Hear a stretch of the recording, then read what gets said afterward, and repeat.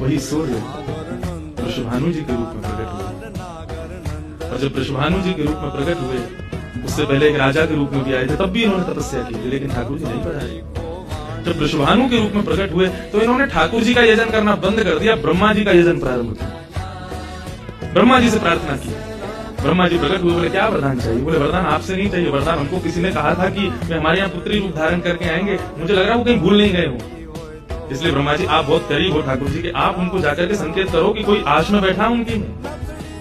जब से मोहिनी स्वरूप देखा है तब से हम पागल हुए फिर रहे हैं। 33 कोटि देवताओं के मन में यही आता है कब प्रकट होंगी दोबारा। कृपा करो, आप प्रार्थना करो कि वो पधारें। ब्रह्मा जी बोले आपके भजन में इतनी सामर्थ्य है कि ठाकुर जी मना नहीं कर सकते। बोले तो फिर मुझे विश्वास के लिए कुछ तो कह करके जाओ। ब्रह्मा जी बोले मेरी जिम्मेवारी बन जाए, इसलिए चलो इस पर्वत के रूप में मैं विराज करता हूँ। और बरसाना पर्वत के रूप में श्री ब्रह्मा जी विराज करते। ठाकुर जी आएंगे, मैं जिम्मेवारी लेता हूँ, इसलिए मैं ही पर्वत बन के बैठा। ब्रह्मा जी ने जाकर के प्रार्थना की।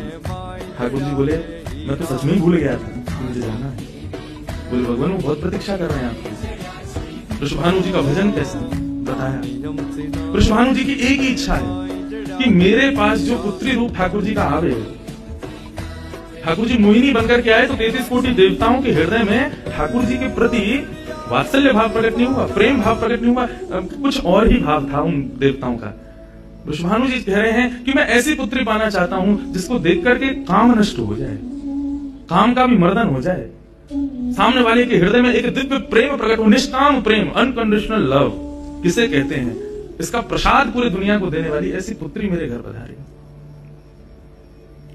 स्वार्थ सिद्ध प्रेम सब करना जानते हैं, लेकिन निस्वार्थ प्रेम किसे कहते हैं, वो ठाकुर जी का वो सत्य स्वरूप ही सबको बता सकता है।